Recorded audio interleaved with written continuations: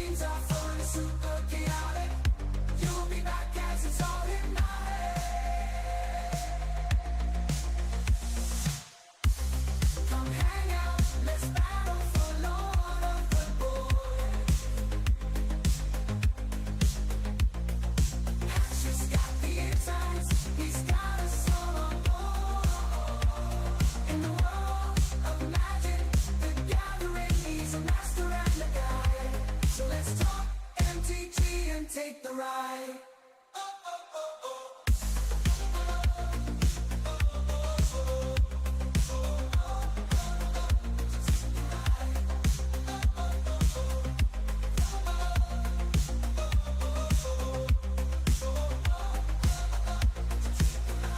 For more fun, you better subscribe. You never won't miss the vibe.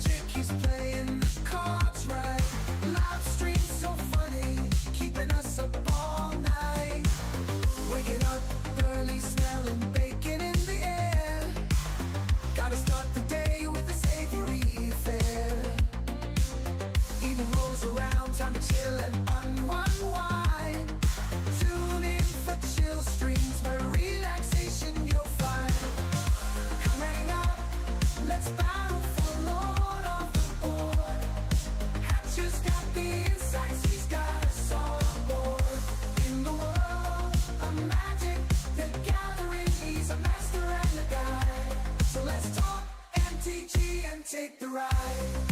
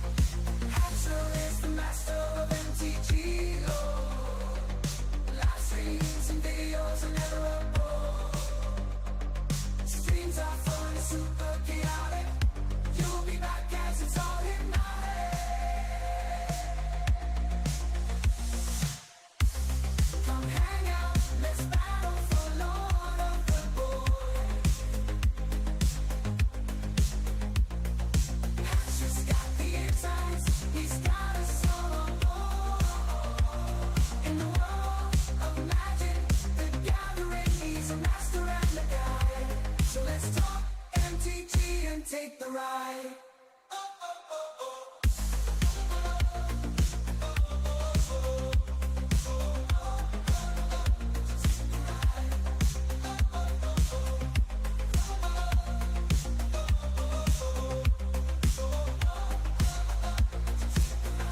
For more fun, you better subscribe.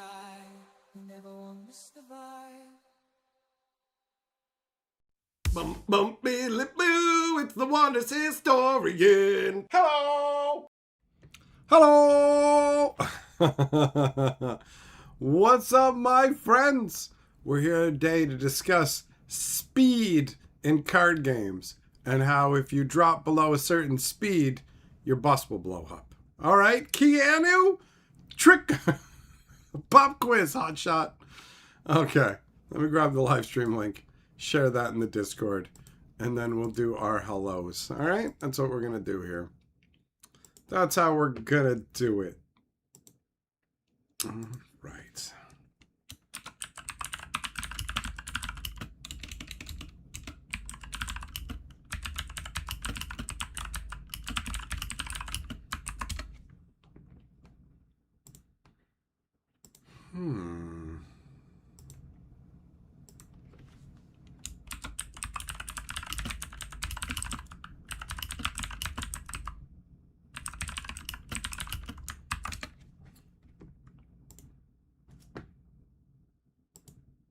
All right, there we go.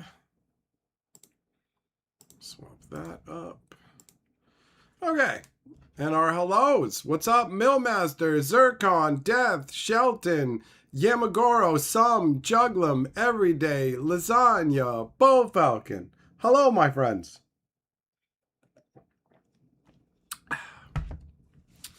I was pondering this subject today as I was thinking earlier about the power creep that has occurred in games like Magic and how fast it has made the standard environment with them jamming like 18 different sets into it and a bunch of them that weren't originally meant for standard. The overall power creep has really hurtled the game into ultra fast territory, which used to really only be the domain of the oldest formats where you played with the most insane cards. But now it's like a hallmark of every format. They're all just like bang, bang, bang, bang, bang, you know? So I found that Wonders has this deal where it's always 7. You're always going to get 7 rounds of gameplay. Now, how long each of those rounds takes, depending on what people do, can vary. But you're always going to get a certain length of game, right? So it just made me think about different variables in that regard overall. It's an interesting subject of discussion as far as I'm concerned, because some games are initially designed to just be like, this is meant to be a 2 or 3 minute, 5 minute game, depending on what it is. And that's fine if that's what it was designed for. But Magic never felt like it was just going to be over super fast, right? When it started, it was like, okay, we'll see how it goes. I mean, there were a few outliers, Channel Fireball, for example, but overall, you felt like you were going to get a reasonable amount of gameplay. I like games actually developing. I like having a back and forth. I really hate feeling shut out of a game. And a lot of games, it feels like if you lose, if you're on the back foot at the beginning, that you're just going to lose. And that's what I expected with Wonders as well when I started playing it. I was like, this is the kind of game where, you know, if you're on the back foot in the beginning, you're going to lose. But that's not the case. The game can completely flip-flop back and forth where you think you're dominating and have the game snatched from you. You can think that you're losing and you can actually, bam, you can snatch victory from the jaws of defeat. And I genuinely appreciate that, you know? Some, you're going to skip that set. I mean, it makes sense. Everyday Brawl. Yep, Brawl definitely can be fast and crazy. Agreed. Joglum, you enjoyed the Richard Danger, whose middle name was also Danger. Dick Danger. Dick Double D.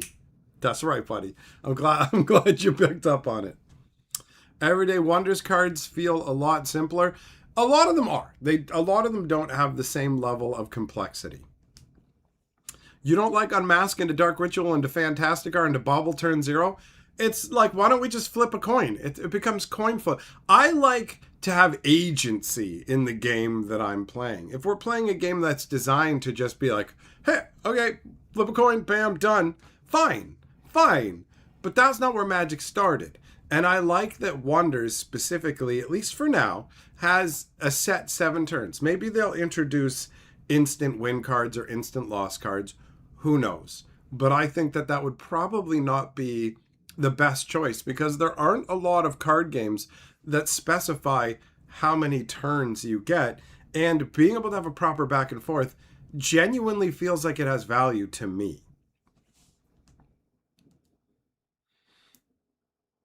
Soulforge was great for a comeback. Never heard of that one.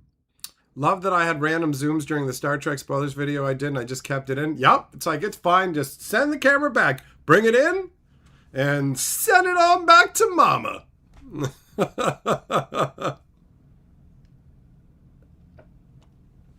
Okay, hold on. I just noticed that it's doing that thing, which means it is set on auto translate. Let's get rid of that feature because it drives me crazy.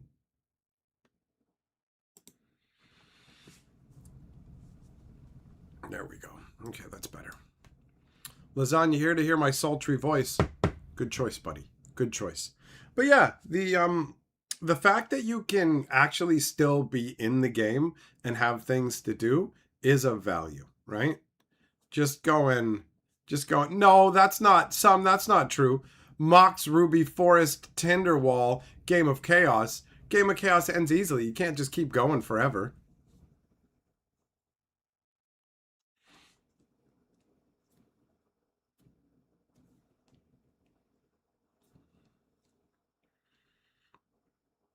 So yeah, I mean, when you're playing a game that's meant to have a back and forth, it sucks when you're not having a back and forth. What's the point?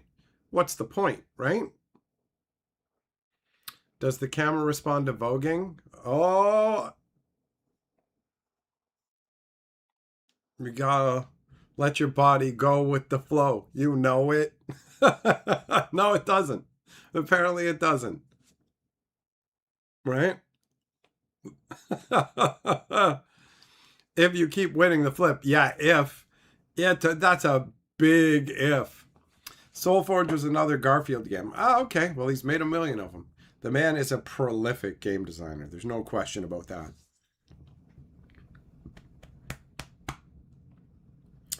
But yeah, I like feeling there's a genuine back and forth, honestly. Vault, what's up, buddy?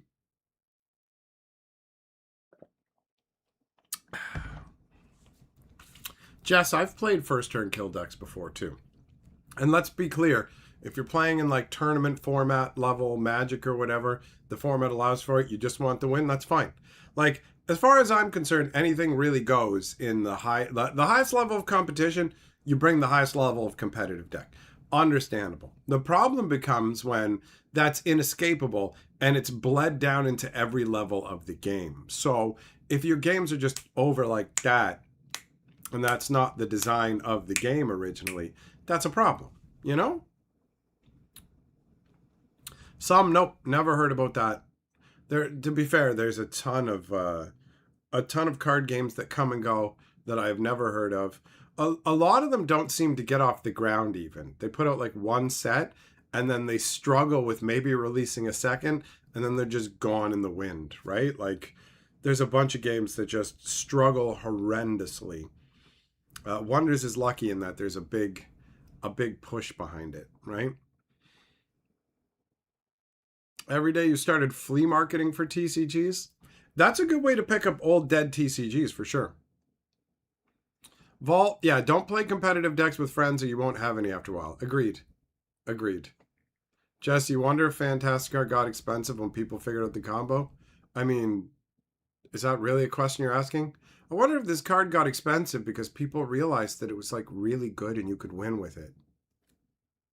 Do you hear yourself? Some, yeah, it's completely off my radar, brother. Everyday Legend of the Five Rings you really wanted to find, you never played. I actually got into Legend of the Five Rings a fair bit. I fucking dominated at that game. There was no going online and figuring out the best decks and stuff. This was back when you had to use your own wits and ability to figure out games. And I started playing Legend of the Five Rings because of how numerically broken it was. I could see it from outer space. I was just like, so... I built a deck that was outside the normal parameters of what people would expect to see. And it was by and far the best deck you could play. Like, hands down, with everything that existed in the game, it was the best deck. You couldn't beat it. It never lost. It never fucking lost. It won every fucking game. It was that simple. It literally won every game, to the point where all the other people who played it at the game store would get together and convene. They'd have a convening of the minds to figure out how they were going to beat me. But the reality is they couldn't, because the way everything was set up, it's like, sorry, the game's not balanced properly enough, and I've already devised literally the best top tier strategy. You can't beat it. You can try and join it, but nobody did. Nobody did. Nobody built the same deck, which was the only thing you could do. Race me for honor, boy. That's it. It's funny, too, because I was playing the Phoenix clan, and the Crane clan are supposed to be the honor gods, like the best at cranking honor, but Phoenix had it hands down. I wasn't going to destroy your provinces most of the time, but I could if I needed to. I could go full dragon mode on you. Like, it's hilarious how easy it was to win with the Phoenix deck. Just busted. But I did have a lot of fun playing Legend of the Five Rings. And I liked that you could influence the story in that game. Like they had the Imperial letters and Imperial heralds they sent out to people who were signed up for them, and then you could actually influence the design of the game. Vlogarino, how much did I win? What do you mean, how much did I win? The tournaments weren't for money. I won every tournament I entered into. I only played every second week because I was way more interested in Magic, so I spent most of my time playing Magic. But I literally whipped the dog shit out of everybody with a deck where I didn't even have enough copies of the cards for the deck. Like, legitimately, you could play 3-ofs in the deck. I didn't even have 3-ofs. There was one card that I found. Imagine a card, just to put it in Magic terms. Imagine a land that comes into play tapped, and then after the first turn, you can tap it and pitch a card from your hand to gain mana equal to its mana cost. Now, you got to cap that out at 5, but legitimately, pitch a card from your hand, gain mana equal to its mana cost, essentially. Nobody was playing with that. People thought it was garbage. So I got one of them before the first tournament I played in, and it was just like, this is disgusting. Like, what the hell? People's card analysis was fucking garbage. Just garbage. So the Phoenix deck could run away. You would literally be able to... It's like you have your starting clan dojo or whatever, right? It essentially taps for mana. Most of them tap for like 3 mana. But the Phoenix one taps for 7 mana if you're casting a wizard. And it gives the wizards the Shadowlands trait, which is an almost irrelevant negative. There was one card that would destroy all Shadowlands cards. So if it got flipped up, all your wizards who were Shadowland guys would be destroyed. But guess what? It was fucking irrelevant because I didn't need my wizards to live. It wasn't about that. It literally just casting the wizards would give me honor. So it would just be like, okay, I'll tap this for 7 mana, put out a wizard, I gain honor. Boom. Job done. Wizard is now fucking irrelevant to me. Who even gives a shit what happens to him, right? So basically, you just slap out wizards, you gain honor, and then you use a bunch of fog-style spells to stop your opponent from attacking you. Like, he attacks you, and you just go, oh, fog, nothing happens. Whoop, fog, nothing happens. And the game had a built-in mechanism where whoever had the highest honor could lobby the Emperor for the Imperial favor every turn. And it would let you remove one guy from combat. It had 3 other abilities that may as well have not even fucking mattered, because removing a guy from combat was the key ability. So if you attack to destroy one of my 4 provinces, you have to have enough attack power to beat its defense. Now, if I can remove your biggest guy from combat every turn, and I have a bunch of fog spells, I also had spells that were like, wizard casts this. Wizard dies when he casts it and kills any guy. So it's like, I can sacrifice my little wizards who don't mean shit and set your best guy on fire. Like, get wrecked, bitch. So I would just crank out wizards and then take the Imperial Favor, send guys home from fucking combat, and just be like, can't destroy my provinces, and I would win an honor victory. And a lady from the actual company came down, and they held a big tournament, which I totally fucking dominated at. And I came up, and I was like, honor victory, honor victory, honor victory. And she's like, what's going on? She was confused, because honor victories weren't normally how you won. How you won was destroying your opponent's provinces. That's how you won. Almost every win up until that point, military victory, military victory, military victory. And I just walked up, I'm like, honor victory. And I kept saying it, and she's like, how are you doing this? You know? And then the funny thing is, the very final match was against a guy who was admittedly a really good Magic player too. And we used to face off, and I would beat him down in Magic too. So here I am playing this game that he was playing for a while, and I started beating him down. I was like, what's up, bitch? But anyways, he's playing the Scorpion clan, which they can go into negative honor. No other clan can become dishonorable, right? But if the Scorpion clan can, but at the cost of their province strength dropping all the way to 0. So I won honor victories all up until one game where he dropped his province strength to 0, and then I went, unleash the fucking dragons! And my dragons, because by the way, dragons are wizards in this game. That's why I started playing. I saw a dragon, and I'm like, okay, so this is the dragon, right? It's like, and its casting cost is 10, right? So it costs 10 mana. Yup. And it counts as a wizard? Yup. And this right here taps for 7 mana towards a wizard? And you just automatically start with that? It's like, So 10 cost dragon. I automatically start with 7 towards a dragon. What's the catch? I'm like, well, you have to have high enough honor to cast him. And I'm like, okay, so if I just cast this wizard on the first turn and put out a merchant caravan, can I put out a second turn dragon? And it's like, yep. It's like, okay, so why isn't everybody doing this? So I beat the shit out of the guy by elbow dropping all of his provinces with dragons. And then so I went up to this lady who the entire time went, honor victory. She's like, let me guess, honor victory. I'm like, nope, military victory. She's like, what the hell? Dominated. I dominated. I had an oops all wizards deck. There was no oops about it, Fogarino.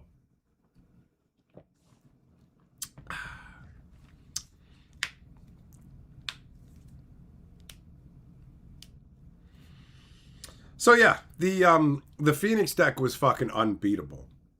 I remember the one guy who tried to copy my deck, and he's like, so I've taken your deck and I've improved upon it. And I was like, okay, cool. What's up, Thompson? I was genuinely curious because I was thinking, well, I designed this deck and I've looked at every card in the game, and because after the first tournament that I won, I had enough trading stock that I could get whatever the fuck I wanted, right? My first deck was cobbled together, and I had spent my time playing against one guy who is another guy who's good at card games. So we had basically just faced off against each other using cobbled together decks. After the first tournament I won with my cobbled together deck, I was able to hone my deck. So this guy's like, I've improved on your deck. And I'm like, oh, I'd be very interested to see this. So he puts a guy out, and then he starts playing these cards on the guy where he's like, I'll play first shout, gives the guy strength boost. I'll play second shout, gives the guy an even bigger strength boost. I'll play third shout. And if you play those in sequence, they give the guy an absurd strength to the point where one dude can destroy an entire province all by himself. You turn one guy into an ultimate bruiser. So this guy goes, boom, boom, boom, boom, whoop, bam, and he comes running into my province. And I'm like, okay, so I'll send him home with the Imperial Favor. Remember, like I said, you have the higher honor. You literally take the favor and can send a guy home from combat. So he's like, I cranked this guy up to 20 combat. I'm like, okay, cool. The Emperor tells him to go home. So, how did you improve on my deck? Like, when are we going to get to that part? Because if you're going to tell me right now it's that you tried to crank one dude and crush my province, you're a fucking moron who fundamentally doesn't understand the deck isn't about combat at all. We can use the dragons if you need to, but the whole point is to sit back and stop combat over and over and over while you crank honor faster than even the honor clan can do it. Legitimately, you don't even understand my deck, and you're going to come to me and tell me you made a better version? Get the fuck out of here with your bullshit. So yeah, I kicked ass at that game. Every day I remember Hecatomb. I remember the weird fucking like see-through plastic game pieces. It was strange. Mm.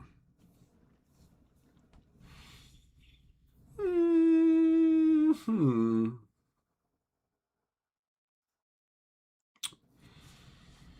See, I've played a lot of card games over the years, and I had a real knack for finding the most busted shit. And it was before the days of the internet where you could just go online and copy whatever bet. Like, people had this thing too where they never wanted to copy each other's decks. I remember the first time I encountered somebody in Magic who wanted to copy people's decks. He saw my deck and was just like, he just started getting all the pieces to build the deck off of me to make an exact copy of my deck. And then he changed one card from the deck. He changed one single card. Then we played a mirror match, which wasn't a turn back then because nobody played the same fucking deck. We played a mirror match, and I proceeded to show him why that one change in the card actually was a bad idea and why he lost because of it. Right? It literally came down to that one card that he changed. We both knew it was in his deck. I knew I had to play the game. He knew how he had to play the game. And I was able to out fucking maneuver him because he switched one Soul Devi Digger out of the deck and put in a Feldon's Cane. But having a Feldon's Cane necessitated keeping it in his hand and trying to protect it with a counter battle. But good luck with that when you have to keep the Feldon Cane in your hand and you can't max out on counterspells the same way. Whereas all I have to do is get a digger to stick, get the other diggers back in. So by fucking up, he made it all about his one Feldon's Cane, and then he couldn't land it, and boom, he lost. If it was a digger, it would have been a different story. But he had to keep the cane and try and pick the right moment. Because you can't just put the cane out and leave it out. Nev's discs will get rid of it. Thompson, I was talking about Legend of the Five Rings, bro. Every day could never find people to play all the card games. I wouldn't get into the games that didn't have enough people playing it. I wouldn't get into the games that didn't appeal to me particularly. My friends played Vampire. My friends played Rage. Didn't care about those. Never got into them. I did play a range of different games. Shadow Fist, Illuminati, Legend of the Five Rings, Wyvern, a bunch. I was willing to dabble in different card games for sure. Always looking for the next big fun, but a lot of them fell by the wayside very quickly. Very quickly. All right, well, I've finished this off way faster than I thought it would. I'm going to grab some water. I'll be right back. Feldon's Cane was a big deal. That's right, Millmaster, but Soul Devi Digger is superior.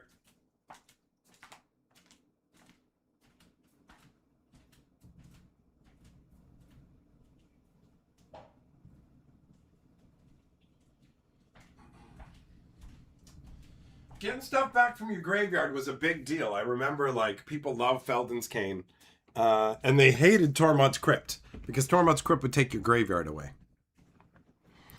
Every day, I never cared about mechs. Battletech was definitely not my thing. Not my thing. So yeah, I've played different games that had different speed levels and whatever, and for me, I like being able to have a proper back and forth. I like actual interaction. It's boring when you don't really get to do anything. That's another thing I like about Wonders. Not only do you have 7 turns, but you literally go, I do a thing, you do a thing. I do a thing, you do a thing. It's not like you do 80 different things and okay. And like, that's one thing too that drives me crazy sometimes, playing like against a really slow control deck by somebody who's not smart enough to play it. And so you have to sit there for a long fucking time watching them try and struggle to figure out the best way to play this deck that has way too many choices, way too many permutations, and they're just not equipped to handle it. You know what I mean? I've said that to people. I've said to people, listen, you're not smart enough to play these control decks, bro. Like, either you need to spend a lot more time practicing with them or you need to stop because you keep running to time in the rounds in the tournament that I'm operating. And no, stop laughing. I know I make a lot of jokes. I'm not joking right now. When I tell you you're not smart enough to play this control deck, I fucking mean it, bro. You are genuinely not intelligent enough to pilot the deck that you're playing in a reasonable amount of time. You don't know what your game plan is. You flounder around, you play it poorly, and you're wasting everybody at this event's time. You need to stop.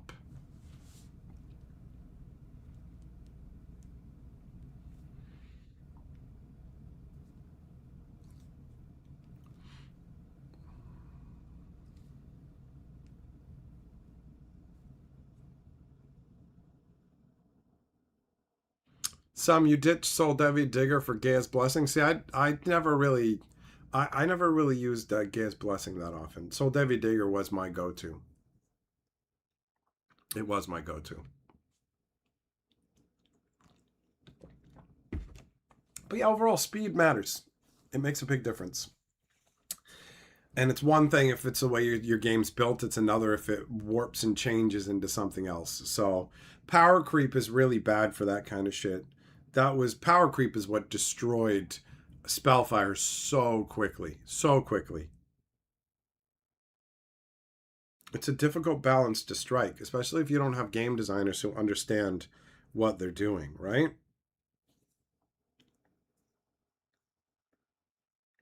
It's not always easy.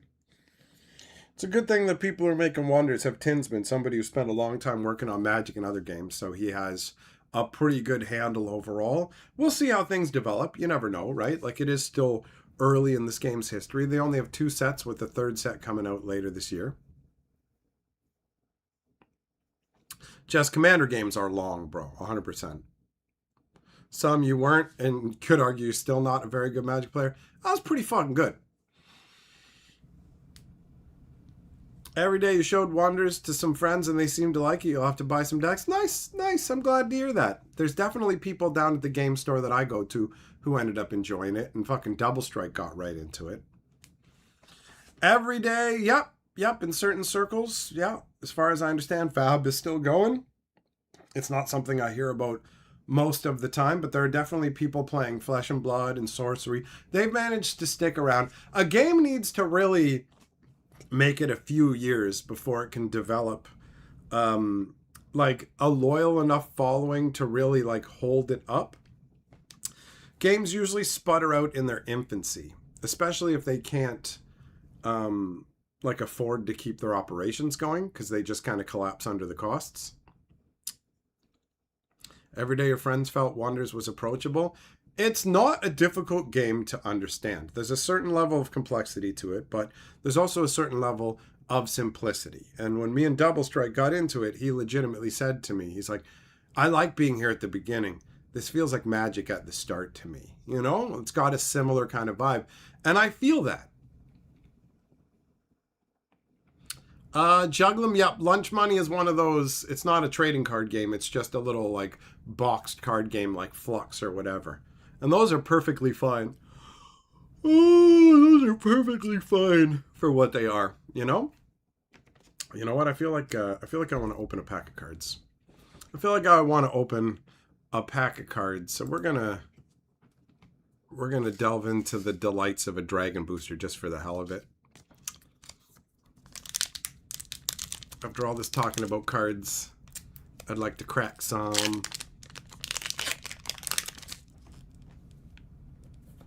Oh, weird. Just a couple of random fucking Doctor Who lands in this box over here. All right.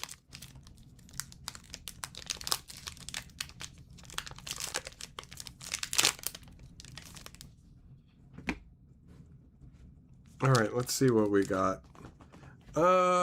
So for commons, we've got a Rust Ram, which is a 2-cost, 2-power with call. Nothing too crazy there. Time Temple. On Harvest, if you have 3 or more cards in Banishment, get an extra action. That's all right. Okay, now we're getting somewhere in the rares. Dina of Tau Mecha. 1 cost, 1 power with call and tap her for free. Move this to target realm where you control an item. So she can run around and equip an item. Tranquil Thoughts, 2-cost spell. All on attack and all battle effects controlled by opponents are nullified this round. You can shut off your opponent's combat abilities. That's all right. We got Primordius Sanguis Mythic.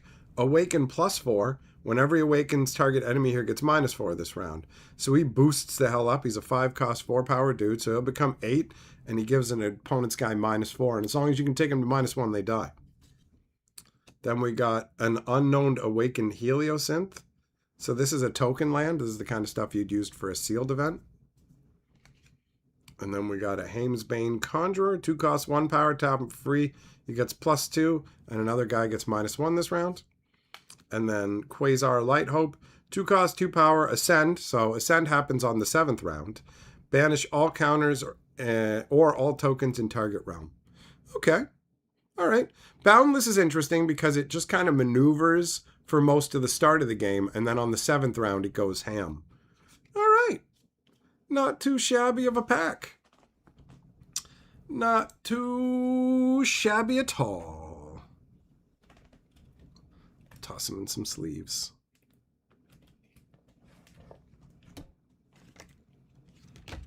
Sleeve them up.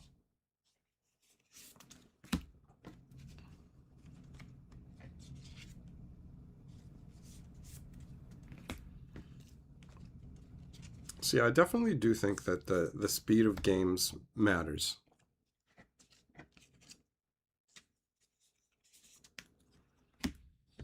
Every day, can I show some Wonders mechanics? Yeah, I was thinking about doing a video talking about the different mechanics. Or maybe we'll do a stream talking about the different mechanics. For sure. We can absolutely do that in the future. Lasagna, you're out watching, catching the... Yeah, there's Pikachus everywhere, bro. That messed with me. I didn't know there was a Pikachu event going on, and all of a sudden I'm like, wait a minute, there's a Pikachu in a party hat. This one's dressed up like an old lady. This one's a steampunk Pikachu. What the hell? They got party hats. They're wearing tiaras. I literally got one at a gym today that's got a fucking scuba snorkel on. I've caught a ton of Pikachus from Porkman.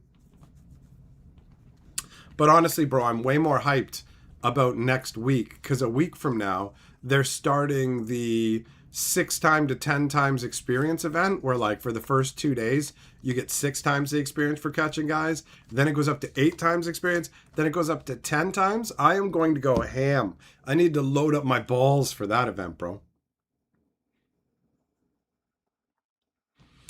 Jess, gameplay, maybe. Maybe at some point. Yep, it's definitely possible. Double Strike has volunteered for that if I need somebody. So that definitely may be a possibility. I will bear that in mind.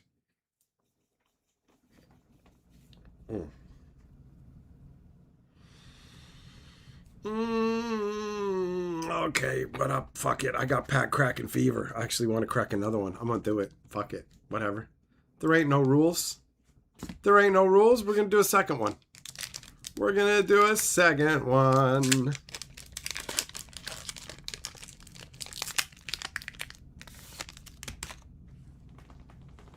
All right, what do we got? We got Starweaver Aetherblade. 3 cost item, Equip Wonder gets +2. If a card controlled by an opponent's destroyed here, banish it instead. All right, so it just gets straight up exiled.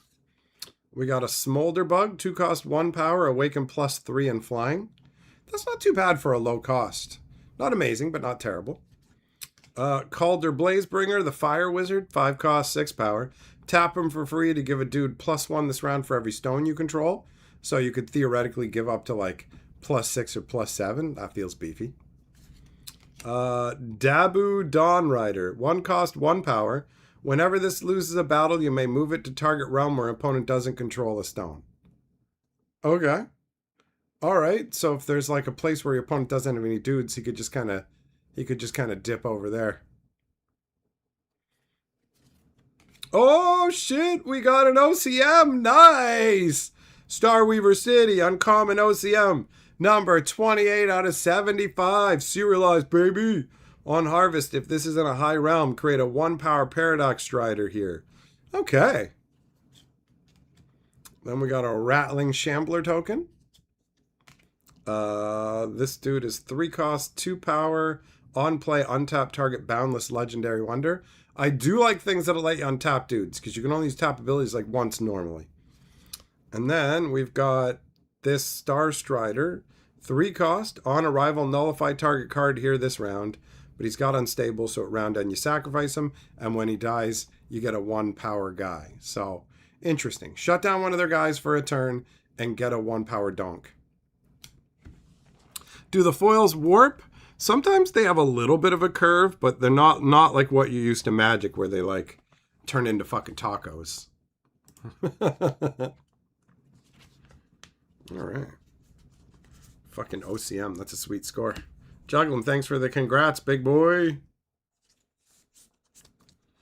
All right. The previous pack, I cracked a mythic that I already had, so I kind of felt like, yo, I want something more juicy. Getting the serialized card. Hell yeah. Hell yeah. There we go. That's good.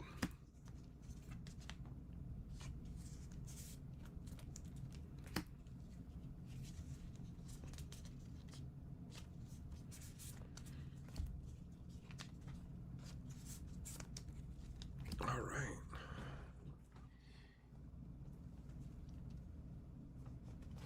So, can't complain about that. That's pretty sweet, man. That's pretty sweet indeed. I like to keep my OCMs in top loaders. So, where are they? Oh, I know they're there. They're over there. Does Wonders have lore? They have kept it pretty sparse so far. There's a little bit, like at the most recent Shattering, they played like a little 2-minute video that talked about Emma Shockbite's sister Kaya and some connection to Valen Voss, but their lore has been, they have more lore than they've revealed. They kind of keep it secret. There is somebody called the fucking Prisoner, and she has basically been driven mad by a magic phoenix quill. So there is a fair bit of lore, but it is like currently hidden from us, and it's going to get discovered in small chunks. And Millmaster is right that people can write lore as well. People can write lore as well, but it's not like official, like canon. Like the individual player lore that they write, like if you own an art proof, you can create lore for that character, but it doesn't automatically become canon lore in Wonders. Although theoretically, maybe they might use your lore if they like it. I don't know about that part, but yeah, there's fan created stuff. There's actually there's this right here. So this is issue 2. I think I have issue 1 over here as well. I do somewhere, but I think it's tucked under something. So there's actually this is comics based on characters from Wonders.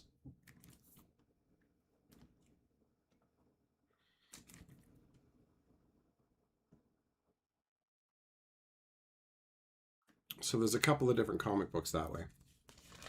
Every day I can write some lore then? Yes, I have some of the art proofs for Wonders. Like the Techno Historian, for example.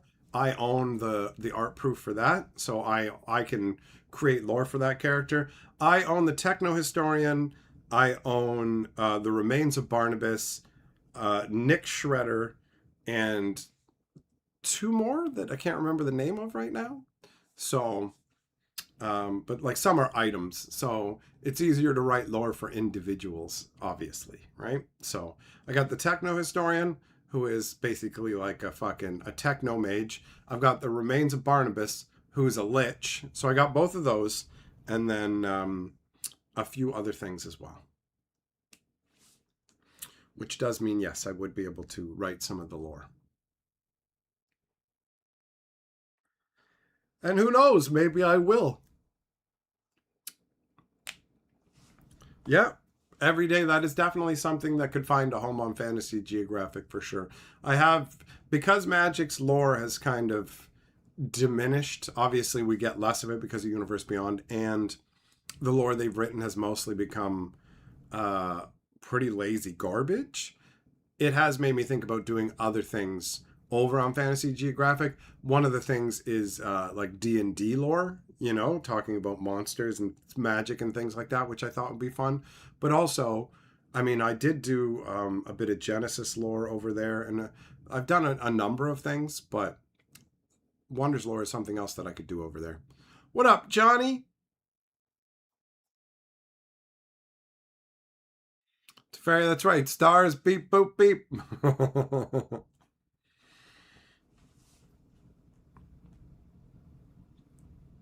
So yeah, that's something that I'm considering for the future. I've still got I've still got too much going on right now in life that's getting sorted out. That's kind of holding me back from creating everything that I want to be creating. But we'll get there. It's fine.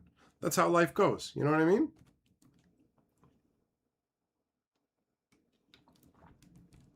You got to work with where you're at. And that's what I'm doing. I'm doing what I can right now. Ugh. Apparently what I can do is just throw that straight on the ground like garbage and not into the trash can. Lovely. Lovely.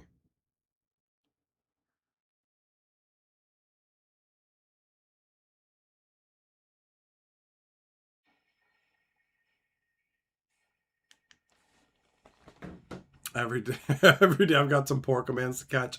That's something that's helping me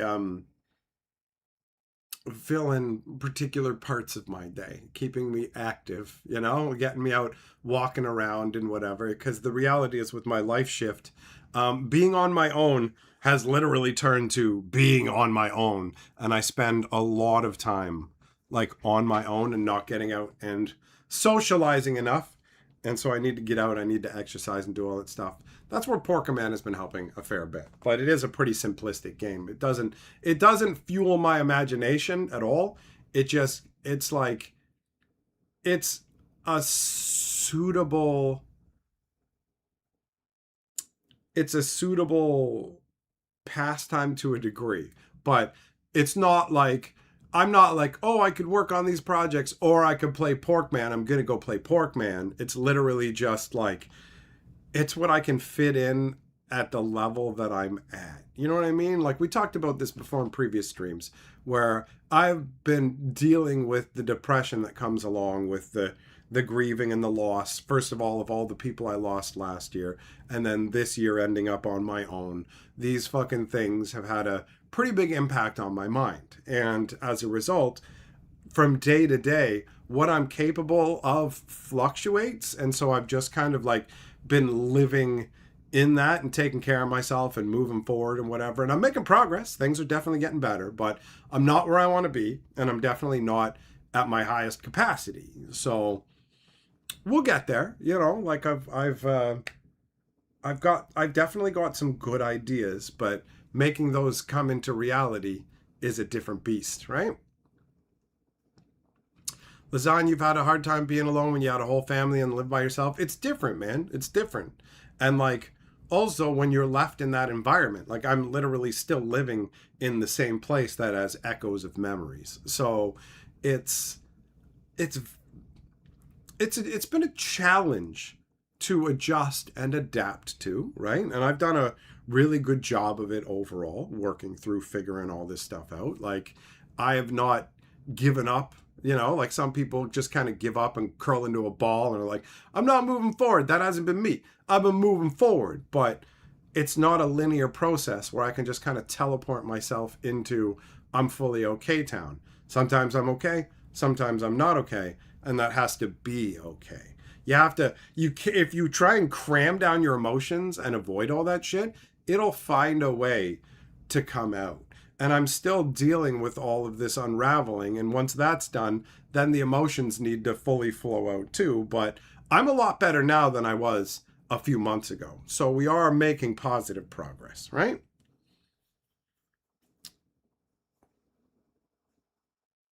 Jess, you're so dumb. You fill the dishwasher, turn it on, and then in a few days wonder where all your dishes are. Every day, think the audience is patient and willing to wait. I mean, I looked at it like this. I can't change this reality. So anybody who's impatient or unhappy with what I'm doing, that's cool. That's allowed. They can go, okay, I'm going to go off and find things that are more suitable to me, that are like, this is what I want from my time. Cool, I get it. And either they come back later when I'm doing other stuff, or they don't, and other people come along, or they don't as well. Like, none of this is something that has to happen, right? I don't ever want this to stop. But if it does, I'll accept that and move on to other things. I will go and do other work, whatever it is. I mean, you have to survive. You have to fucking keep moving forward. Change is inevitable, right? Like, that's it. Stagnation is death. And I ain't interested in either of those things, buddy. So I know there's a lot I can do, but I have to just... I've been told you can't should yourself where I should be better, I should be doing this and whatever. It's like, bro, you have to live. You have to move through it. You've got to exist through it. That's all you can do. So that's what I'm doing. That's what I'm doing. And I think overall I've been doing a pretty good fucking job, actually.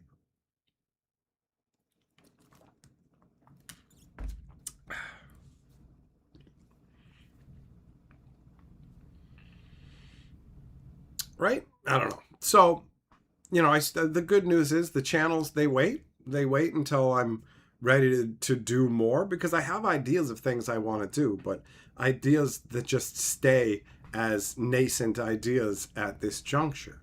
But that will change. The same way that this entire thing has been a process of change. When I started doing this, I was in a really rough spot. I was doing very badly. I was mentally unwell and fairly unstable. And slowly over time, I got more stable and things got better.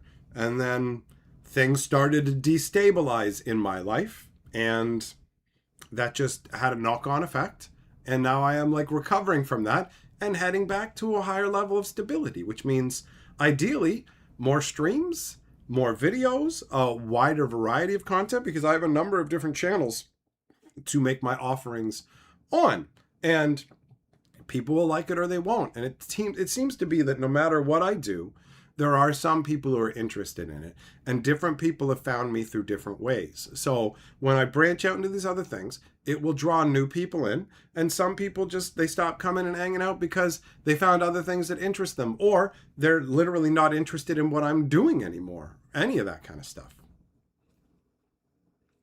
Millmaster, military victory, honor victory, baby, or enlightenment victory. That was the hardest one in the game, actually.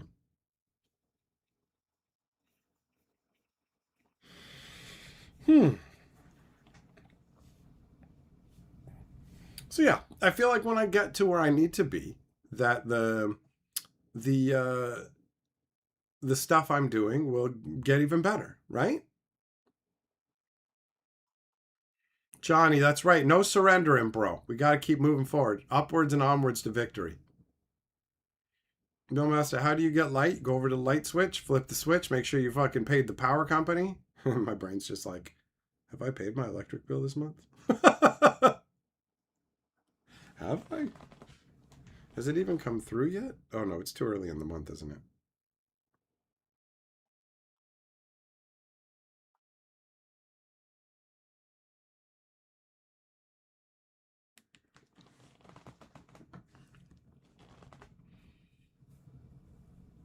Jess, it's my fault that you've stayed this long.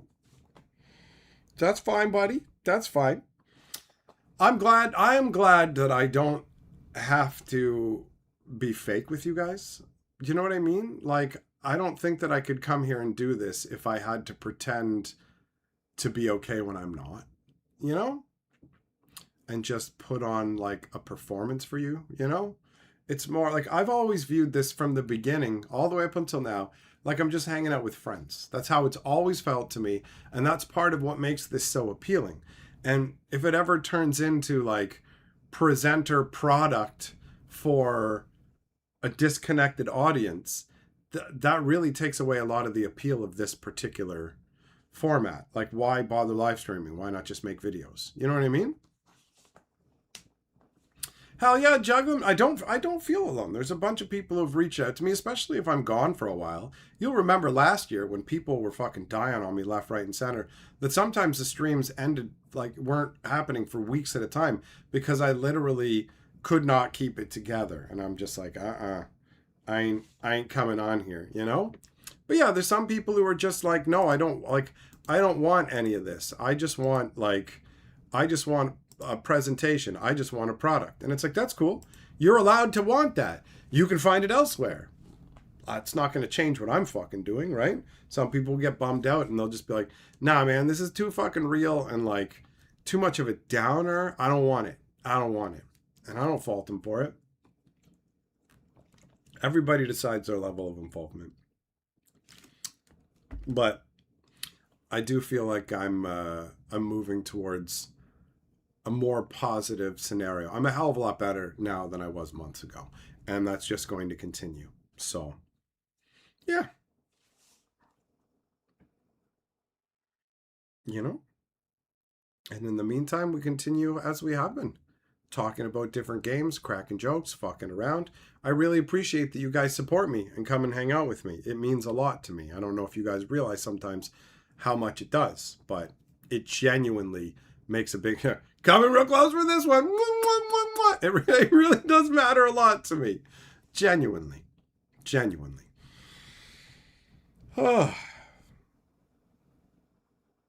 So yeah, I don't know what the future holds. I'm not trying to force myself into any particular path. It's mostly just been like, for now, keep on keeping on, do what you're doing, and then going forwards, shift it up.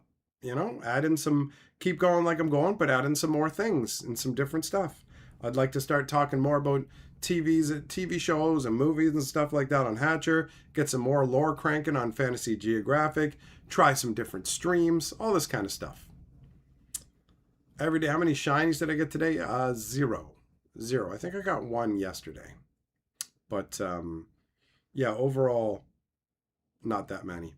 What's up, Chester? How you doing, brother? I got a lot over the weekend when they were having their big crazy event. Try some hand jigs behind the Arby's dumpster. Millmaster, I got bills to pay, bro. If I got to tug somebody off, got to do the $20 tug off to make sure that I can afford my milk and cereal. Got to do what you got to do, big boy. Got to do what you got to do. Every day, check my phone. Well, what's up, bro?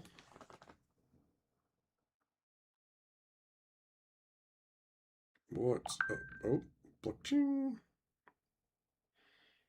Let me see here. Every day, Lord of the Board. I see it, bro. You are Lord of the Board. Let me put you up there.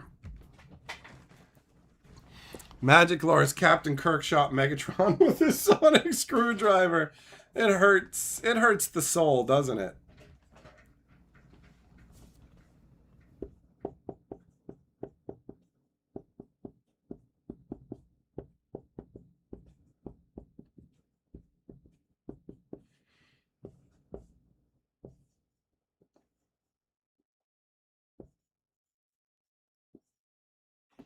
All right, every day you are Lord of the Board. Thanks for the PayPal super chat, son.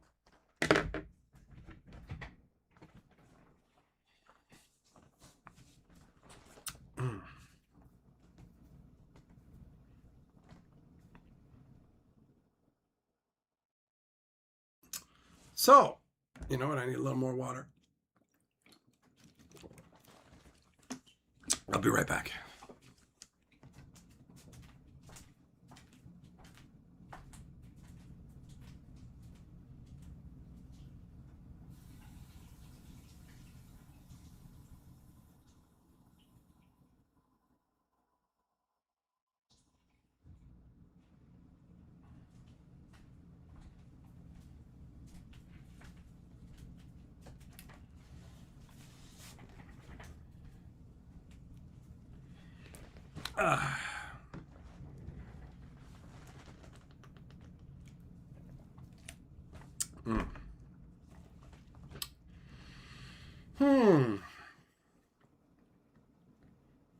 I mean, now that this place is entirely mine, I can literally set up gear to stream in other parts of the apartment, right?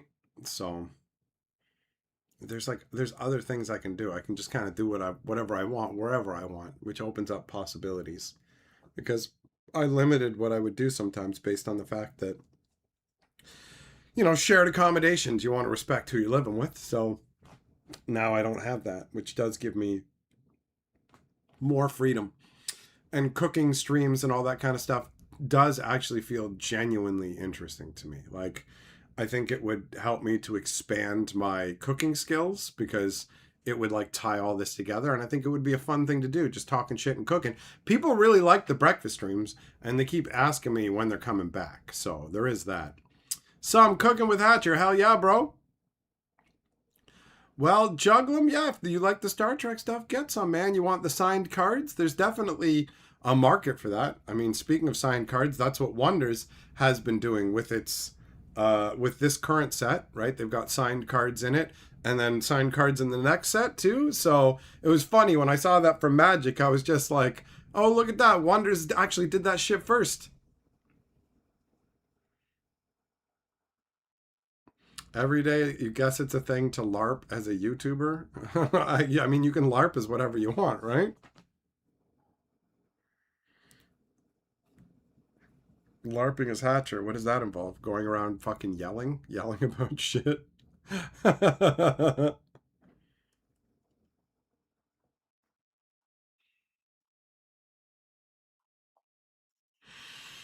Hmm. Jugum, I enjoyed Deep Space Nine. It's literally the only Star Trek series that I watched the entire way through. And that's not a knock against the other ones, it's just a statement of fact. It just happened to be the one that I picked when I was like sorting, I was doing a gigantic sortation of my Magic collection. And so I just wanted something on in the background, and that's what I ended up selecting. LARP Applier is one. Guess who he is LARPing? Um, Pokimane. Hmm. Hmm. Oh man.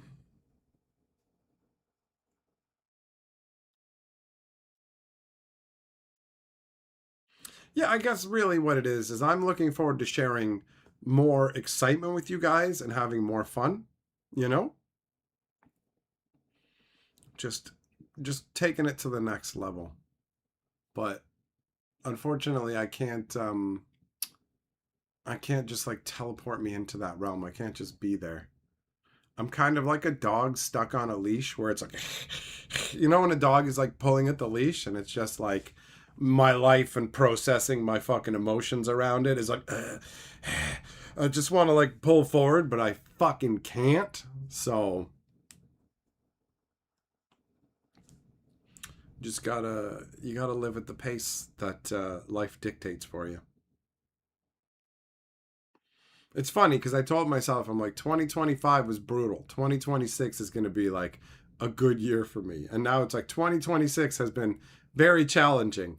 2027 though, I got a good feeling about 2027. You're gonna guys are gonna see me in 2027, and I'm gonna be like, okay, listen, I lost one arm in 2027, but 2028 is gonna be my year, right? And then 2028 is gonna be like, okay, guys, I lost my head, but I learned how to talk with my torso. So, 2029, it's going to be my year. And then by then, I'll just be like one fucking arm, and I'll just like, it'll just be an arm that does this.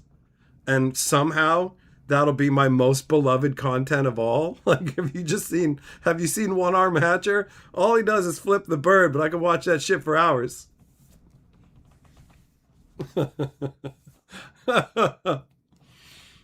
It's just a flesh wound. Come on. I'll nibble your kneecaps. Juggling, that's right. Tick, tick. Every day is one day closer to Rib Fest, baby. Rib Fest. Rib Fest. Rib Fest is coming. Do I have the right date here? What is it? 14th? Yeah, 17 days. Bingo. I've had worse. No, you haven't. Oh, Jess, but you have to care why it's happening, right? Remember, remember when people cared about that in movies? Ribfest is coming, son. 2.5 weeks. Let's fucking go. Hmm.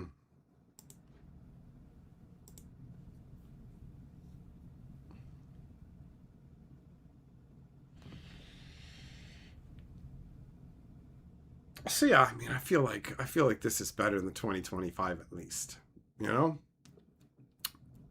at least a little better. Sheldon says, can't wait for streams at 2030 when Adj's been reduced to a sock puppet. I hope genuinely that we get to do this for decades. You know what I mean? Like, I think it would be fucking awesome to just continue to stream and make videos for years. That is my ultimate goal. And at the end of the day, I don't see why I couldn't. Will they actually still be watched by people? I don't know. But I mean, I used to live stream when only 2 people came to my streams. So it doesn't matter, right? Like, there are people who would look at things and go, okay, my live streams used to get more people and they're not getting as many people. It's all over for me. I don't think that way. I'm just like, it's all good. I got people who come and hang out with me. I can talk about what I want. I'm having a good time. That's fine. That's good enough for me. We'll just fucking keep going, right? Juglum, you know what? You don't need tickets for Ribfest, big boy. It ain't about tickets. It's free to enter. It's free to enter. You just got to pay for all the food and drinks and stuff at the exorbitant fest prices. Every day there's a movie called Idiots coming out in August that looks good and funny. Oh, nice. I'm here for some good and funniness. Lasagna, your son live streams sometimes and you watch it and there's only one other person. It hurts your heart. Why does it hurt your heart, though? Here's the question you need to ask, buddy, because you're looking at it the wrong way. Is your kid happy? That's all that fucking matters, bro. Like, you shouldn't be thinking that you're defined by the size of your audience, right? Like, I've had live streams that have had 800 people in them. There's a dozen people in the stream right now. Does that hurt your heart? Does that make me a failure? Does that mean what I do sucks? Should I fucking wrap it up? Should I stop? Do you know what I mean? Does that make any fucking sense? If your kid's happy, then you should be happy. Why does it hurt your fucking heart? Like, most people don't have anybody watch them at all. Straight up. What are you expecting? It's because he's trying so hard he's not even monetized. You're not even listening. Is he enjoying himself? Is he sad about it? Is he having a miserable time? Then I could understand it hurting your heart, seeing your kid having a bad time. But if he's enjoying himself, then your heart is hurting while your child is enjoying themselves. And that sounds fucking stupid, bro. You know what I mean?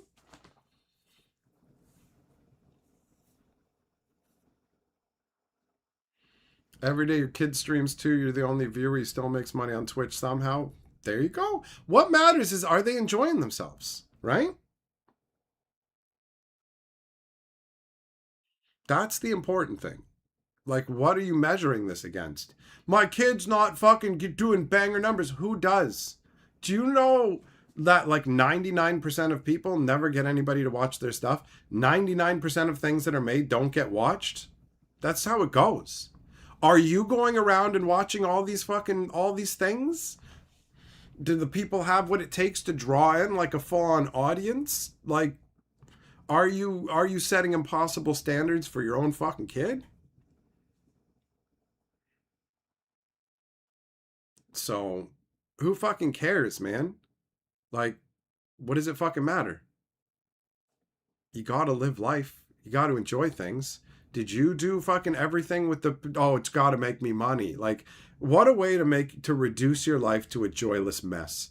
If it doesn't make money, I'm just not fucking doing it, right? Just turn your entire life into a series of jobs. Every hobby becomes a jobby. Everything is a grind, and it's all measured against monetization. What a horrible, empty fucking existence that is, bro. Like, each fucking person matters. If you entertain 1 or 2 people, guess what? That's 2 other fucking full human beings. No, if you don't get the numbers, it doesn't matter. Like, fuck sakes, bro. No point at no point talking about your kid did you talk about his happiness, right? Shouldn't that be your priority? Your kid being fucking happy, right? How much does working and making money make you happy? Does it make you happy? Or does it just remove the stress of, I can pay my rent, I can do whatever?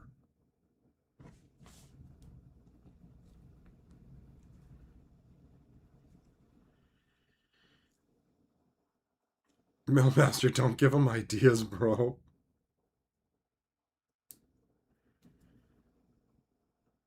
So yeah, whatever, man. I legitimately used to stream to like 2 or 3 people and didn't fucking care. Didn't care. It's fucking hanging out and having a good time.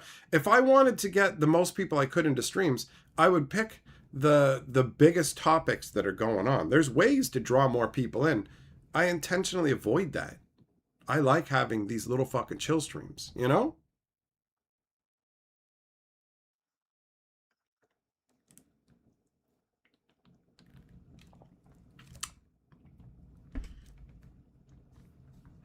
So yeah, at the end of the day, it should be about if your kid is fucking happy.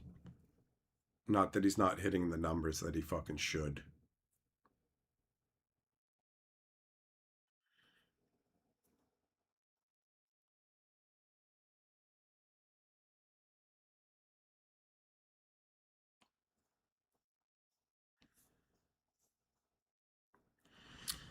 But you know, I guess it's like being a fucking YouTuber or a Twitch streamer or whatever is like the new generation's version of being like a sports star or something.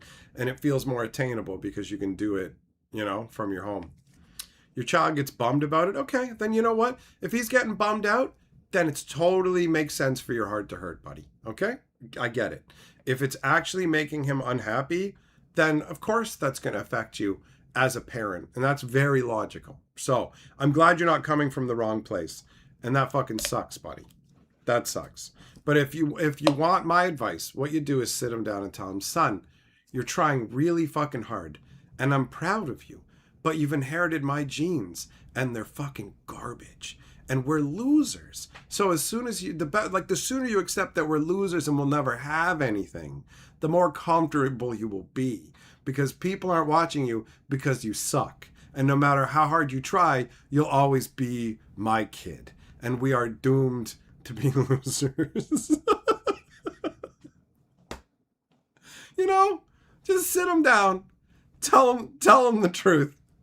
Hey, boy, don't feel bad.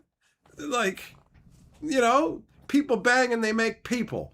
And, like, they're not all good. Like, let me ask you, son, if you make a pizza out of cigarette butts and newspaper, is that going to be a good pizza? Your mom's newspaper. I'm cigarette butts. You're a cigarette and news butt pizza. You know, like, so, you know, I'd say shine bright, but, you know, you can't. Oh my God.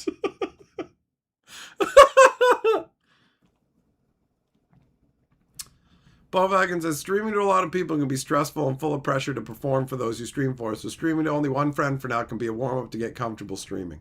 There is the other side of it too. You can find out that you actually don't want it. Like, careful what you wish for.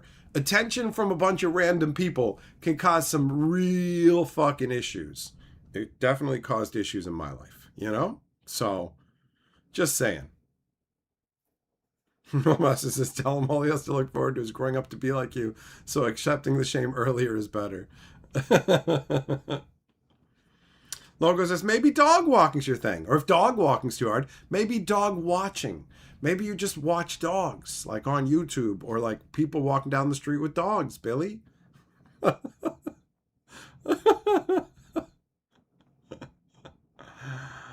But I get it, man. You want your kid to be happy. You see him trying hard at something and not getting the success that he wants and being bummed out. That's going to affect you if you're a good parent. So you got a good heart, bro. All jokes aside. Jess, you felt rich growing up because you took piano lessons for like 4 years and even had special art classes. See, look at Jess. He had piano lessons for 4 years. He had special art classes and he grew up to be a fucking crackhead. So Lasagna, your son, could be a crackhead. Like, maybe he's good at that. Maybe he's good at sucking dick for crack money. Do you know what I mean? Like, maybe you'll find out that your son is really good at fucking, like, taking it to the ball bag.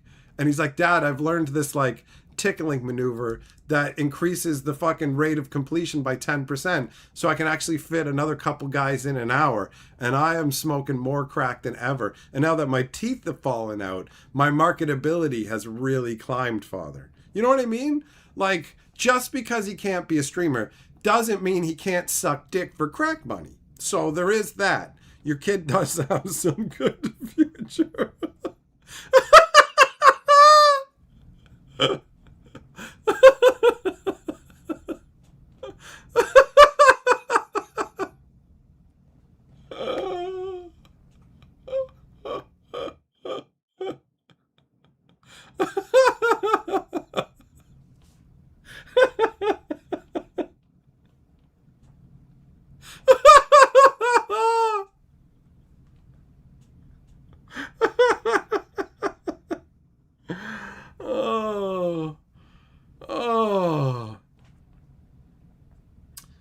Jess, no. Wrong. Wrong. You just want to use that as a fucking example to justify your own terrible decisions. There are plenty of great artists who aren't fucking drug addicts, bro. Bo Valken says he could be pressured into dressing up like a woman and doing OnlyFans content. You know, that's you, the internet. The internet can completely mess your kid up. For real. For real. Zanya, the way I speak so wholeheartedly about stupid shit is the best. Hell yeah. Just count your blessings, man. Your kid's growing up in the fucking first world, and he gets to take a swing at stuff like this. And at the end of the day, that's part of life. Trying things and not meeting the results that you want. We all encounter that. That happens to all of us. So it's all good. It's all good. And the reality is that being a fucking content creator is a pipe dream for almost everybody. Do you know how fucking good you have to be to do this? You need a combination of fucking luck, personality. There's a bunch of shit that goes into it. And people who have some of the qualities needed can also not make it. And the amount of people trying out there because they think it's fucking easy. They just think it's easy. Like, okay, you're streaming video games? Who gives a fuck?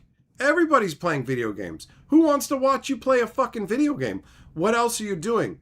Well, I'm good at it. Okay, are you fucking top tier, the best in the world? No, well then being good at it doesn't mean shit. You're not bringing anything to the fucking table.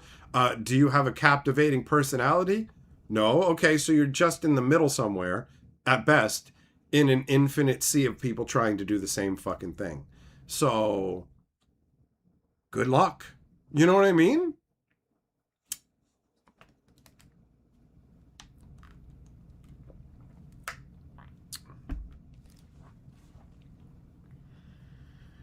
Like, that's the reality. If you're just middle of the road, like, have you gone to most fucking of the have you ever gone on Twitch and gone and watched people who only have 0 or 1 viewers?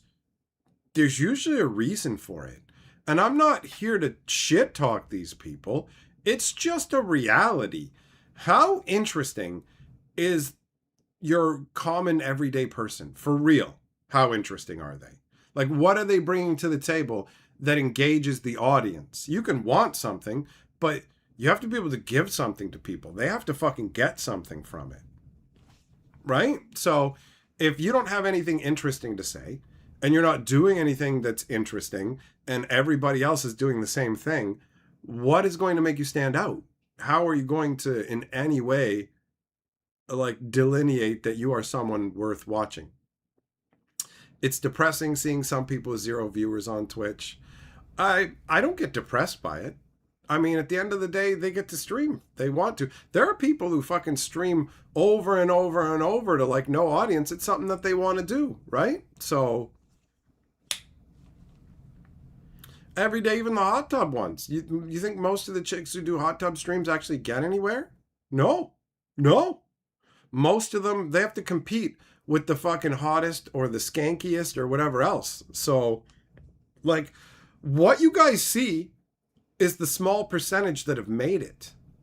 That's it. Even people with like 1,000 subscribers or 500 subscribers or whatever, that's the incredibly small percentage of people that have made it. And that's what everybody sees. So they think like, oh, I can do it too. But you're just seeing this tiny, tiny, tiny little part that's actually above water, where everything else is fucking underwater, right? It's like an iceberg with the tiniest little tip above water, and everything else is below it. Like 99% of people who do this shit never get anywhere. 99 out of 100 people get 0 success at all.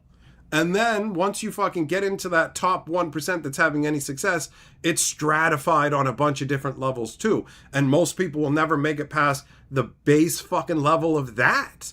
Like, it's only 1% of 1% that makes it to the point where you can fucking do it as a job, bro. Do you know what that fucking takes?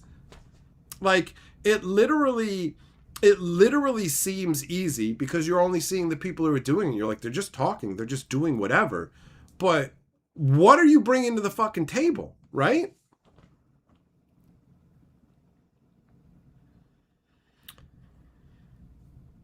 Loco, malls ain't doing well. You ain't wrong about that. Jess, you tried to make YouTube videos and you sucked. Everybody sucks when they start, bro. Everybody sucks when they start. What up, Van? How's it going? Love my content, never catch my streams. Well, welcome to the one you made it to, big boy. Every day I know how to fill the space with words. I've always been a fucking entertaining guy. People fucking gravitate to me. That's a fucking reality. I've literally been at parties where people were fucking lined up to introduce themselves to me. I'm a lot of fucking fun. And I'm interesting. I like talking to people. I'll actually pay attention to them, and the stuff that they tell me will be factored into my fucking jokes, so I make them a part of it. I genuinely give a shit about people. The whole reason that I like entertaining people, I love making people laugh because I know how fucking hard life is. And all I want from them is to make them laugh. I never started doing this to make it a fucking job. So I never had to run into that brick wall of shit.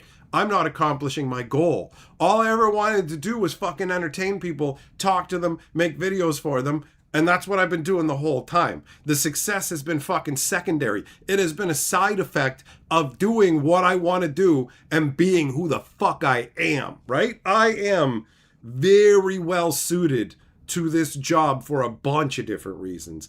I'm fucking entertaining.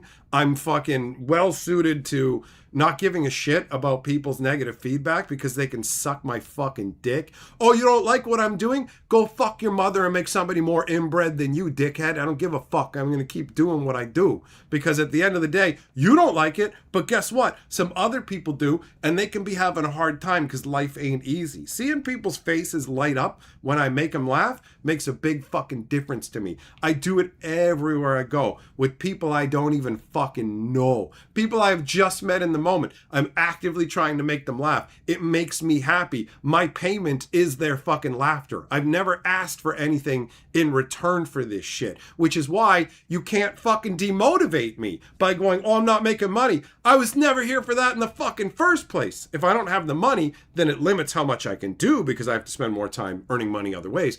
But this was never about the money. So anybody who gets into it for the fucking fame or the money, they're fucked because they don't have the proper internal engine driving them forwards. I'm built differently. It was never about that shit. When I started, people literally had to say, can you set up a Patreon? Can you give us a PayPal? And people fucking sent me money through PayPal. And I fucking emailed every single one of them and said, you know you don't have to give me money, right? You know I like doing this. You don't have to give me anything. And they would just tell me to stop being fucking weird. So, you know what I mean? Like, that's the reality. That's the reality. Rocco says, if you can suck for 5 years straight without stopping, then you will cease to suck. Maybe. Maybe. What up, Rabanero? Van, you just go cube now for Magic? You don't know how to introduce them to poker and chess combined? I mean, if you want to introduce them to Magic, start with basic stuff. Use low-level, vanilla-style stuff. Figure out what appeals to them. If they like dragons and shit, make it about dragons. If it turns out they like stuff from Universe Beyond, use Universe Beyond stuff, even if you don't like it. You know what I mean? Ease them in and let them win. Don't beat them at the beginning thinking, well, they got, like, literally let them win. Whenever you teach somebody to play a new game, let them win. Let them feel the joy of fucking winning. Always. Always. It's fucking stupid to do anything else. If you want somebody to get into a game, help them have fun, let them win, throw the games at first so they can feel that feel, and then later on when they lose, it won't be a big deal because they already felt the winning. But if you just beat them down to start with, they're not going to fucking play with you anymore. Every day you think it's the rants that keep you coming back, something about the cadence. There's that too. Let's be real. I have a fucking good voice. The way that I talk can actually be somewhat hypnotic. I know it for a fact. I used it in fucking phone sales. I literally sometimes put on one of my own videos to check something where I'm like, did this part fuck up? And I'll put it on, and 6 minutes later, I'm still listening to my own video. And then I'm like, shit, I got other things to do. Why am I listening to myself? People will fucking listen to me, right? Especially when I'm like high energy. I transmit the energy that I have in me to other people. So if I'm feeling down, that can kind of bleed in. If I'm fucking excited about something, people can feel that excitement and they want to fucking join me in it. The game store owner who used to run The game store I go to knew that. He was like, anytime there's a new game, just get Hatcher into it. Because he will draw people into his fun. That's what I want to do. I'm having fun. Come have fun with me, right? How the fuck do you resist that? The answer is you don't. You go, yes, let's fucking do it. Let's do it.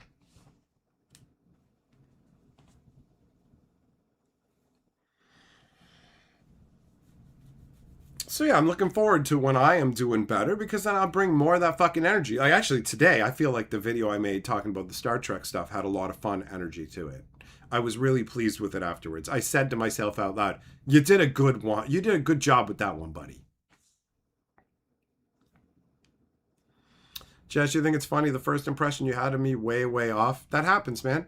I'm accustomed to that. The thing is, I have a polarizing personality. People go, yes, or fuck no. But the reality is, those people are like, fuck no. They're just like, oh, what's happening? What's happening? What's happening? Oh shit, wait, I'm over here on the fuck yes category. They just get fucking won over through exposure. Because I'm a lot of fucking fun. And at the end of the day, I don't have some secret agenda. I'm not there to manipulate people. I'm not there to use people. I'm just here to have a good time and invite you to fucking be a part of it, right? Let's talk about shit. Let's have fun. Let's crack jokes. Let's enjoy life. I'm inviting you to the fucking party. You're welcome. Come on in, motherfucker. You know? Rabanero, do I think Wizards copied Wonders with the autographs? No. I think that they copied baseball. That's what I think. Every day, yeah, you liked my captain outfit for the video today. It was fucking good. And yes, wearing the fucking captain's hat on the devil mask was a fucking stroke of genius. I was very pleased with it. Looking at it back, I'm like, this is so ridiculous. I fucking love it. I love it. And it's been a bit since I felt ridiculous enough to do something like that. Van, truth is people are scared of real shit, but they know it's the truth and they're drawn to it. I feel what you're saying, man. The fake stuff, you can feel it's fake. It's empty. And some of it can be like polished enough that you're like, yeah, okay, I can consume this. But can you fucking connect with it? Is it actually going to feel fucking genuine, right? People will come along and be like, hey, I don't like the character you play in your videos. And I'm like, I got news for you. I don't play a character in my videos. You just don't like me, straight up. That's the reality. You don't like me as a person, and that's fine, because I am polarizing. Some people will be won over. Some people will fuck off. It's all acceptable. That is all allowed.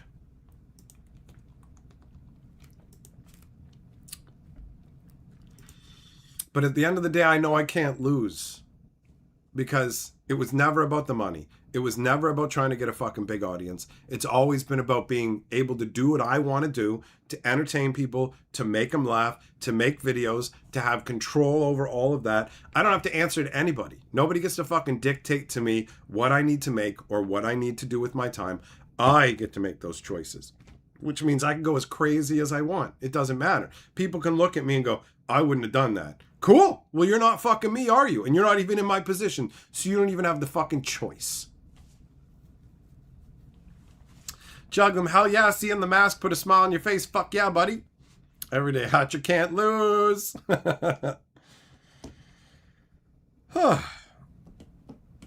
Jess, my live stream was the first one you went to. Well, there you go. Shelton, people get surprised by the amount of support that you give me. You tell them that you genuinely enjoy my style of work and want to give back. Well, I appreciate it, buddy. And the reality is, we got to be very clear about this. There are people who have streams 10 times the size of the streams that I have. They don't get nearly as much support. I may not have the biggest fucking audience, but I have real fucking fans who genuinely love what I do and have my back. Like, I know for a fucking fact, if I got into dire straits and had fucking real problems, people would step up to fucking help me. And I'm literally getting emotional thinking about it. My eyes are getting moist because I know it when I'm saying it. Like, this isn't some fucking superficial, empty fucking thing where I'm just like a fucking product. I'm a real person and people connect with me and have my back. And I do get more support compared to my audience size than a lot of fucking people do. And it's genuinely meaningful to me. Yeah, Magaro, my efforts have helped you through some rough times. Hell yeah. And a bunch of people have told me that. And see, I value people. This is a discussion that I've had recently, actually, where somebody said to me, it's like, I think you value human life more than I do. And I'm like, of course I do. Everybody only has one existence. And I feel so fucking sad for what some of them have to go through. We all get one fucking existence. And if I can make people's existences just a little bit better, sometimes it doesn't take that much. You're having a really hard day and something helps you just a little and it helps you move forward and go, okay, I'm going to be all right. A little chuckle or whatever. It has more value than you think, and people fucking matter. So people have reached out to me and told me, hey man, thanks. You've literally helped me in hard times. And that means a lot to me.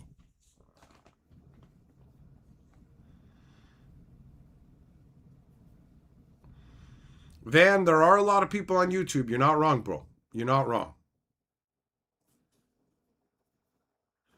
But yeah, Shelton, it's funny. People are surprised by the amount of support that you give me. I'm surprised by the amount of support that people give me. I literally just always said, like, am I in a fucking coma? I can't believe that I get to fucking do this. And I never want to stop. I never want to stop. Like, literally, top fear on my fear list is that this goes away. That's literally my top fear. 100%. 100%. I've had nightmares about it. And I wake up and I'm like, oh, it's not gone. Oh my God, it's not gone. Yes, holy fucking shit.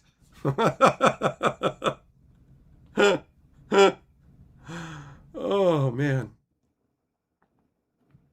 Like, the reality now is this has been going on long enough that even if it did end, I'd at least get to say, I got to do this long enough that I know what it was like. I wasn't just some flash in the pan who only got to do this for a month or two and then it all fell apart. I've got years of this under my belt. And if this all got fucking taken away and I had to start again somewhere else, I would and I could. And who knows how much it would grow or wouldn't. But I would end up drawing more people in. It would happen. It would take time, but it would fucking happen. You know what I mean? And I couldn't see myself starting from zero anyways, because some of the people from here would go, what happened to fucking Hatcher? I'm going to go find them. You know what I mean? So it's comforting from that level. Every day a bacon stream. Yep, the breakfast streams. Cooking streams, you know? I think making a stew stream would be pretty cool. Chopping up the potatoes and the garlic and peeling the potatoes. Well, I told you to go fuck yourself. Oh. Oh, man. Oh. So yeah, it's been quite the journey. It's been quite the journey. And I just look forward to seeing like what the future's going to be. Spin the wheel for stew ingredients. Fuck no, I'm not wasting my money in food. That's a fucking terrible idea. The stew will be what I dictate it to be because I'm the one fucking eating it. I'm not going to ruin my stew every day. Fuck you, bro. Stew beef is fucking expensive too, man. You like every time I fucking go to make a stew, it costs me like fucking like $35, $40, which is a lot of money.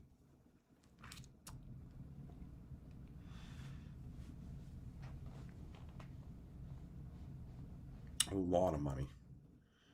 I ain't wasting that, man. Especially since like multiple meals out of it. Lasagna says, don't fuck with this man and his stew. Exactly. Exactly. All right, my friends. Thanks for coming and having this discussion with me about a wide variety of subjects, including the speed of card games. It has been enjoyable hanging out with you, and we will get back together again tomorrow. But for now, oh, camera knows it's go time. Get on up out of